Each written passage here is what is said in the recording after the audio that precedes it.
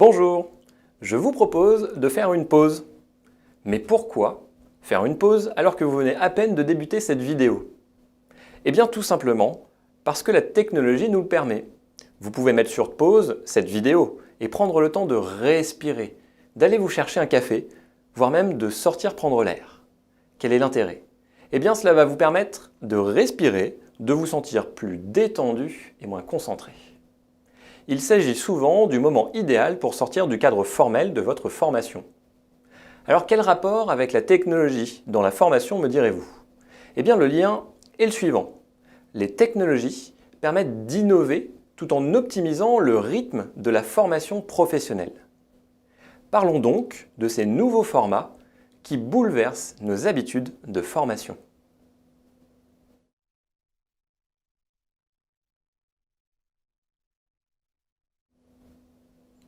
Le principal problème avec les technologies, c'est qu'elles étaient souvent trop gourmandes pour nos chers ordinateurs, smartphones ou cerveaux humains. Heureusement aujourd'hui, ce n'est quasiment plus le cas. Les avancées technologiques sont de plus en plus accessibles et fonctionnelles. Et c'est d'ailleurs le cas de la réalité virtuelle, augmentée ou encore mixte. Ces technologies phares qui permettent, pour la réalité virtuelle, de simuler virtuellement un environnement à 360 degrés. Comme par exemple ici, où je suis en train de l'expérimenter sur la banquise avec des manchots. Waouh! On s'y croirait! Alors que la réalité augmentée, c'est le fait d'enrichir la réalité avec des éléments virtuels 2D ou 3D à travers une caméra filmant en temps réel. Comme par exemple ici, à travers mon smartphone, où je vois qu'un trésor se cache ici, dans cette direction, à 350 mètres. Il ne me reste plus qu'à aller le chercher. Pour la réalité mixte, on reste proche de ces deux dernières réalités. Mais on parle cette fois de mixte dans le sens où l'interaction avec des éléments artificiels devient possible dans l'environnement réel. On couple donc la réalité virtuelle et la réalité augmentée.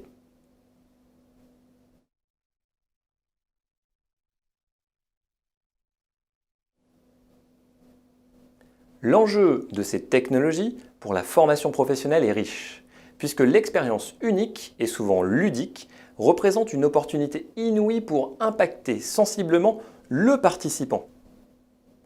Et c'est d'ailleurs une des raisons pour lesquelles j'ai fondé Sequoia, pour créer des expériences de formation digitale innovantes et pertinentes grâce à des technologies qui le permettent, que cela passe par du papier, des smartphones, des objets connectés, ou comme ici, avec de la réalité virtuelle, augmentée ou mixte.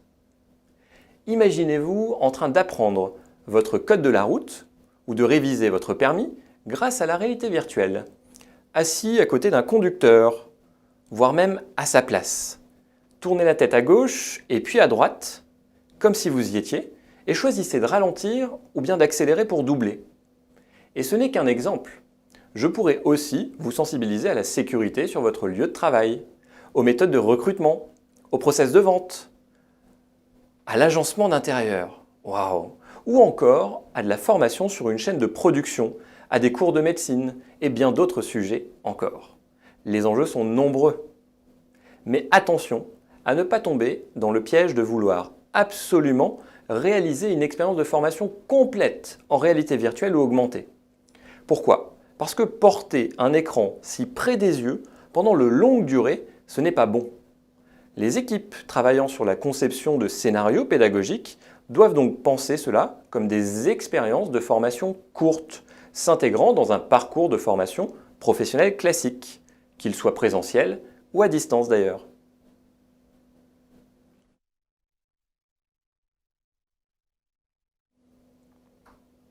Plusieurs critères de réussite de ces nouveaux types de formation sont aussi à prendre en compte, comme la scénarisation de l'expérience.